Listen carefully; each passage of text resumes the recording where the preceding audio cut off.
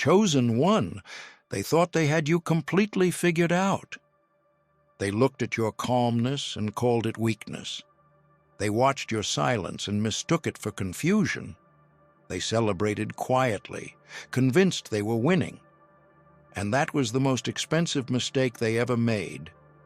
Because while they were busy performing confidence, you were busy collecting intelligence.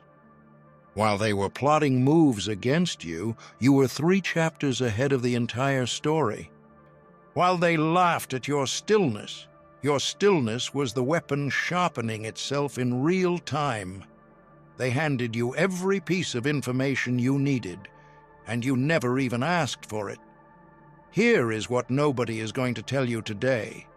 You are not the person they think you are. You never were.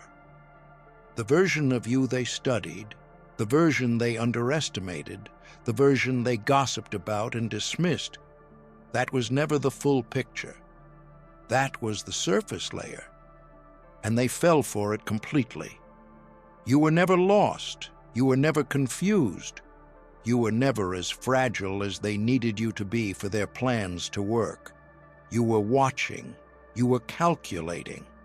And right now, every single move you made in silence is about to make sense to them and to you. This is your confirmation, chosen one. You fooled them all. They never suspected you because you didn't look like a threat. You didn't announce yourself. You didn't walk into rooms demanding attention or broadcasting your capabilities to people who hadn't earned the right to know them.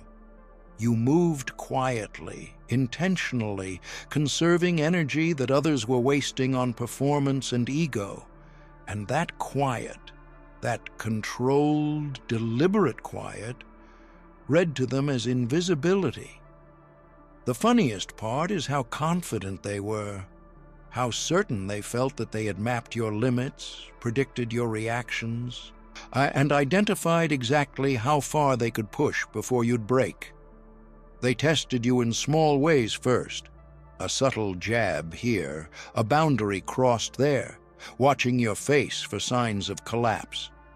But you gave them nothing. You smiled, nodded, and filed every single thing away. What they didn't realize is that you don't broadcast your intelligence. You don't need validation to confirm what you already know about yourself. While they were performing strength for an audience, and you were operating without one, self-contained, self-directed, and entirely unbothered by the approval they were desperately chasing, that kind of self-possession looks strange to people who need witnesses to feel powerful. And so they doubled down on the underestimation. They started believing their own narrative, that you were soft, manageable, easy. They passed that story around until it became their reality. The irony is that the story they told to make themselves feel superior was the exact blindfold that kept them from seeing what was coming. They dressed their own defeat in confidence and called it strategy. Let's be precise about what a spiritual assassin actually is, because it's not what they show in movies. It's not loud. It's not aggressive. It's not someone who announces their power before using it. A spiritual assassin is someone whose greatest weapon is awareness, the kind of deep, unshakable awareness that processes people, environments, and energy before a single word is spoken.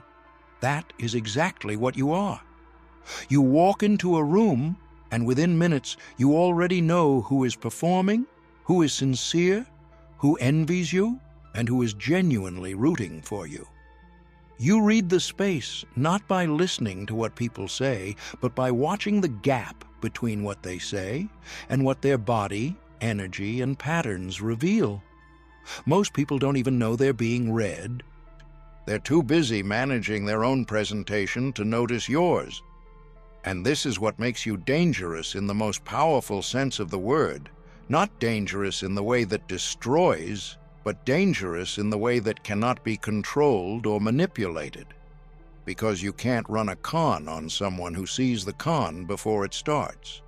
You can't destabilize someone who is already rooted. You can't gaslight someone whose internal compass doesn't outsource truth to outside opinion. They tried all of it. None of it landed. Every attack they launched confirmed your read on them. Every manipulation attempt added another data point to the picture you'd already drawn.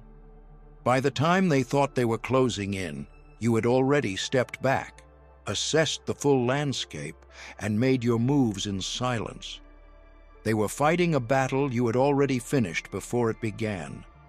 That is the spiritual assassin, the one who wins in the preparation long before the confrontation ever arrives.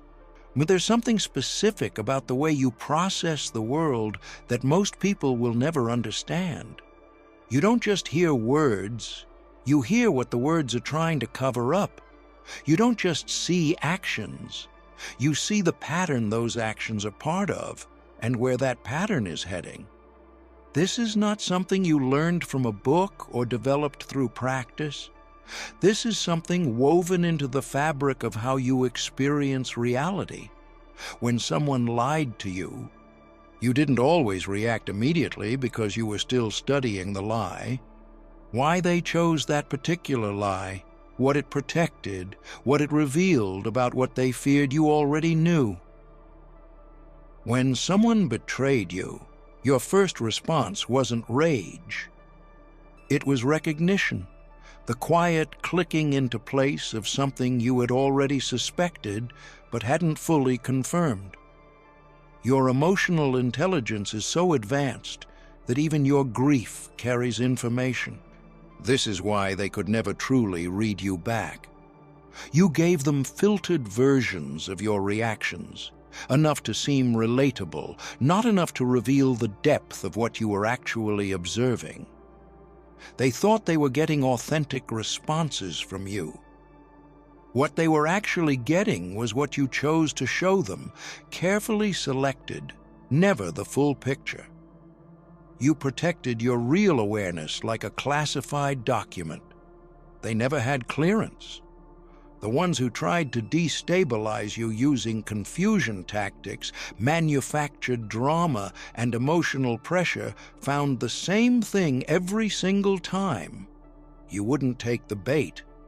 Not because you didn't feel things, but because you understood that reacting on their timeline meant playing on their terms. You refused to be moved by manufactured urgency. You refused to collapse on cue. And that refusal, that steadiness, drove them absolutely insane. Here is the part that should make you understand exactly how the whole thing played out. Every time they pushed against you expecting resistance, every time they tried to provoke a reaction expecting explosion, every time they underestimated you expecting submission, they were handing you information. They were showing you their strategy, their fear, their weak points, and their ceiling. All of it delivered voluntarily. You never had to go looking for the truth about them. They brought it to you through every manipulation attempt, every moment of sudden coldness, every passive-aggressive signal and masked accusation. You collected it without them realizing what you were doing. The trap they thought they were setting for you became the trap they walked into themselves. Your stillness was the mechanism. Your patience was the spring. What they expected was someone who would fight back emotionally. Someone they could discredit by pointing to the reaction and saying, "See how unstable they are." But you didn't give them the reaction. You gave them silence, composure, and the particular kind of calm that signals to anyone paying attention. This person sees everything and has chosen not to use it yet. That restraint was more terrifying than any confrontation would have been. Because here is the truth about power that most people misunderstand completely. The person who holds back in full awareness is infinitely more powerful than the person who strikes impulsively. Impulsive action burns energy and reveals your hand. Chosen restraint conserves energy and conceals your depth. You mastered this instinctively. While they spent themselves on performances, you accumulated quiet, compounding advantage. And they never even noticed the scoreboard changing. They tried to shrink you with their opinions. They tried to limit you with their projections.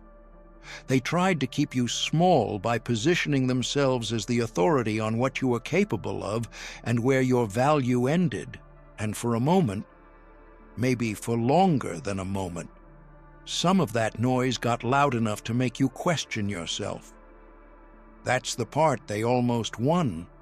But there is something inside you that doesn't bend to outside definition, something that holds its shape regardless of what pressure is applied to it. It's not stubbornness. It's not ego. It's a foundational knowing about who you are that exists beneath the noise of other people's opinions. And every time they tried to rewrite your identity, that knowing quietly refused to cooperate. You felt it even when you couldn't articulate it. That's the thing they could never reach, that core. They could affect your circumstances, your mood in a moment, your access to certain rooms and certain people. But they could never touch your actual self, your clarity, your perception, your capacity to rebuild, your ability to read the full picture of a situation and move accordingly. The real you remained completely intact throughout everything they put you through. That's not luck, that's architecture. And now, standing on the other side of everything they tried, you can see it clearly. Every obstacle they placed in your path taught you navigation. Every attempt to confuse you sharpened your discernment. Every door they closed made you more resourceful. They thought they were dismantling you. They were building you, against their every intention, into someone far more dangerous, far more aware, and far more free than the version of yourself they first encountered. Chosen one. The reason their blood is boiling right now, the reason certain people are suddenly distant, suddenly hostile, suddenly making moves to discredit you before you fully step into what you're becoming, is because the spiritual assassin is no longer hiding. The version of you that moved quietly, that absorbed and observed and filed everything away, is now activating. And they can feel it before you've even made a single visible move. Your glow-up is not just aesthetic. It's not just financial or social. It is a fundamental shift in your energy.